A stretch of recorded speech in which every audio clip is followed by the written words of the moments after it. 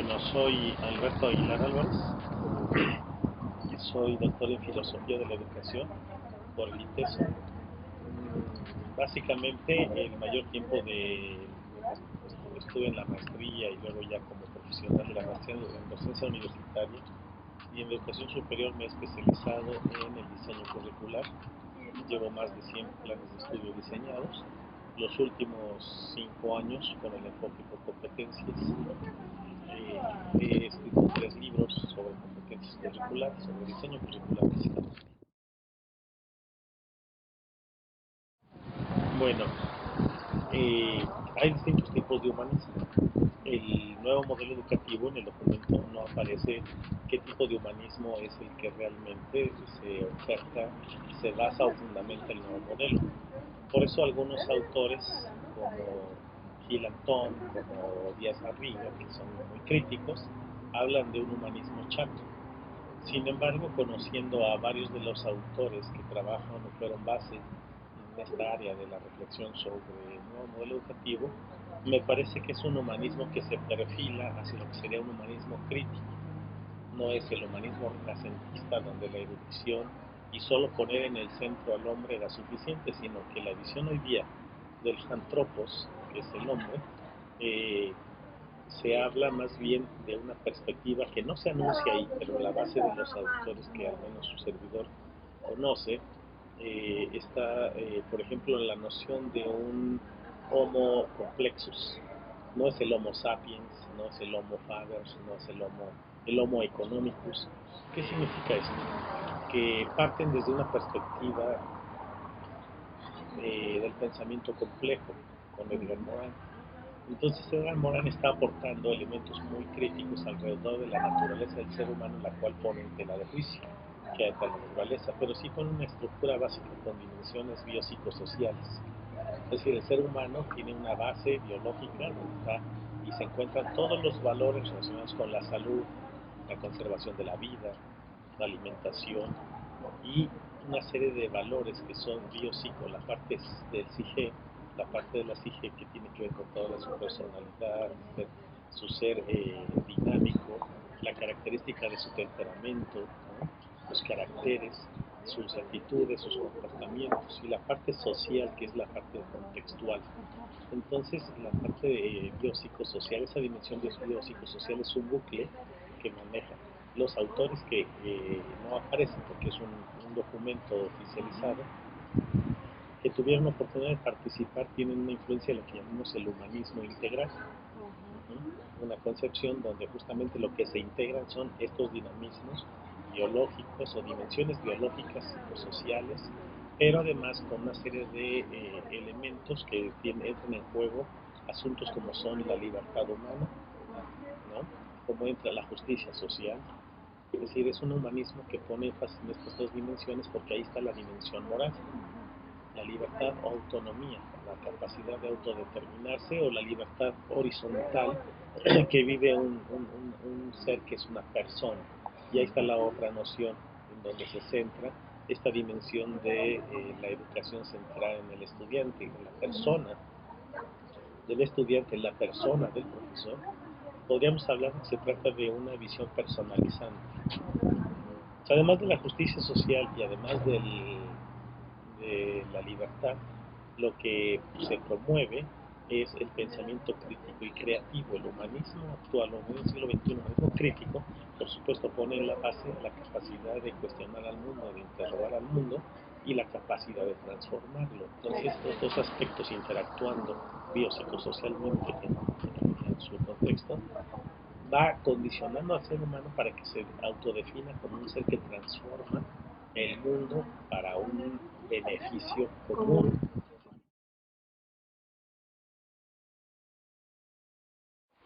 Justamente me parece que la atención debería centrarse en el sujeto. Desde la perspectiva del servidor, número uno, si es autonomía curricular, no puedo yo decir qué contenidos serían los aspectos o los aprendizajes clave que ahí deberían de manejarse. La propuesta de autonomía curricular que maneja el nuevo modelo educativo se convierte en una propuesta pseudo autónoma porque al final te dice sí, pero en los parámetros de aprendizajes clave, de educación corporal, la educación, los 5 ámbitos que hay que trabajar en ellos. Sin embargo, dentro de esos ámbitos hay un aspecto muy interesante que es la parte socioafectiva. Este mundo lo que le está haciendo falta a nosotros las personas es eh, que le demos un tinte humano a la condición en la cual vivimos. No podemos seguir bajo esta lógica de mercado, bajo un modelo económico neoliberal, materialista, consumista, donde solamente el 10% de la población en el mundo tiene la riqueza, en el 90% concentrada en sus manos, mientras el 10% de la riqueza queda en el 90% de la población, y cada vez más pobres. Y tenemos una serie de recurrencias de enfermedades, de problemas que supuestamente habíamos ya transitado, ya habíamos trascendido de ellos. Me parece que entonces lo que debería de trabajarse ahí en esas 5 horas que al menos se ponen como parte de la autonomía curricular, deberían ser elementos y experiencias, ¿no? Con ambientes de aprendizaje, experiencias educativas, con ambientes de aprendizaje lúdicos, para fomentar lo que es la libertad humana, lo que es la capacidad de crítica, lo que es la capacidad de la creatividad. Pues desarrollar estos 3 ámbitos junto con el de la justicia, para formar hombres más justos, para desarrollar lo que es, decíamos, la libertad humana, la integración de los afectos, encierra justamente. Yo no le apostaría a formación en valores, porque no estoy de acuerdo con la noción de formación en valores. Yo estoy más con la idea de desarrollar el pensamiento crítico y creativo para buscar una forma distinta de interactuar con los demás. Y ahí se desarrollan valores en acción. Los valores no se forman de un sujeto a otro, no se enseñan, sino se desarrollan a partir de la experiencia que vive un sujeto que vive la experiencia de la libertad y transita hacia una pérdida de cierto nivel de su libertad, va a echar de menos aquello que tenía, o como aquel que no tenía y luego la tiene, como dice Eric Fromm, el miedo a la libertad. Es decir, cuando tú has sido educado siempre de manera autoritaria, vertical, sin libertad, el día que la tienes no sabes qué hacer con ella. Entonces hay que trabajar en eso, porque eso no está pasando. La mayor parte de nuestros estudiantes viven una dinámica de dirección o direccionalidad, y siempre están esperando que les manden órdenes. Cuando los dejan libres, no saben qué hacer con esa tal libertad humana, la autonomía. Y lo mismo le está pasando a las escuelas, y creo que les va a pasar. Si no les dicen qué tienen que hacer con esas horas, van a convertirse en una angustia y un problema para los actores de la educación, en este caso los profesores, los directivos, los padres.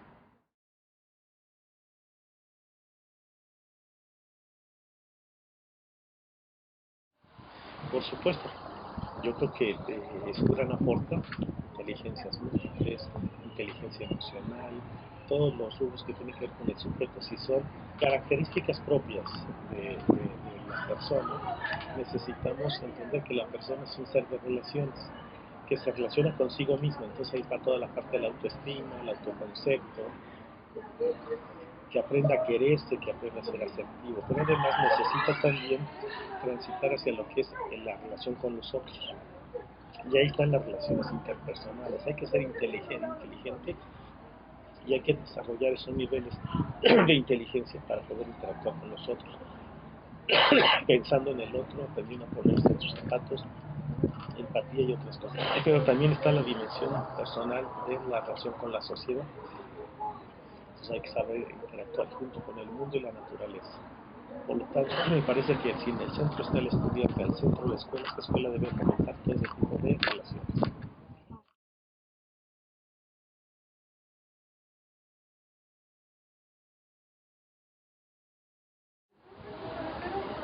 Me parece que quien no está preparado es la Secretaría de Educación Pública, los supervisores, los jefes de sectores. Las autoridades no quieren soltar realmente lo que es la autonomía curricular. Han sido muchos años de control, de orden, de mantenerse en una situación donde a partir de ellos que se justifica su existencia. Si una escuela fuera autónoma, dependiera del municipio y el municipio pudiera interactuar con ellos, otra cosa sería. No queremos centralizar en hacer un aparato burocrático tan grande, un monstruo que es la Secretaría de Educación Pública, ya sea estatal o federal. que ha sido producto de, y además ha sido un gran aporte históricamente, pero ha sido un producto de toda una época donde se tendría que sistematizar. Ahora, transitar hacia una autonomía y verdadera autonomía implica reestructurar la SEP, que está en el nuevo modelo, parecía, cuando ves en el formato 2016, aparecía que había que trabajar con el asunto de la estructura que tiene la SEP de educación pública. Las escuelas me parece que no están estructural y organizacionalmente preparadas para atender este nuevo modelo educativo. Lo que sí hay varios maestros que me parece son la beta o la levadura que puede hacer que esto aparezca. Siempre hay maestros creativos, y así como se critican mucho los maestros de falta de creatividad y necesidades de tradicionalistas, también hay muchos maestros que se están preparando, que está estudiando una maestría, un diplomado, un doctorado, por lo menos, y además son creativos, no lo están haciendo solo de estudiar por alcanzar un grado, por seguir carrera magisterial que existía, sino porque son inquietos. Y este grupo de maestros, que no son la mayoría, pero que sí pueden convertirse en levadura, pueden hacer que en cada plantel, en cada centro escolar, si les dejan esa clara autonomía y de veras aplicar el modelo educativo, lo pueden llevar a cabo de una manera bastante creativa y además flexible.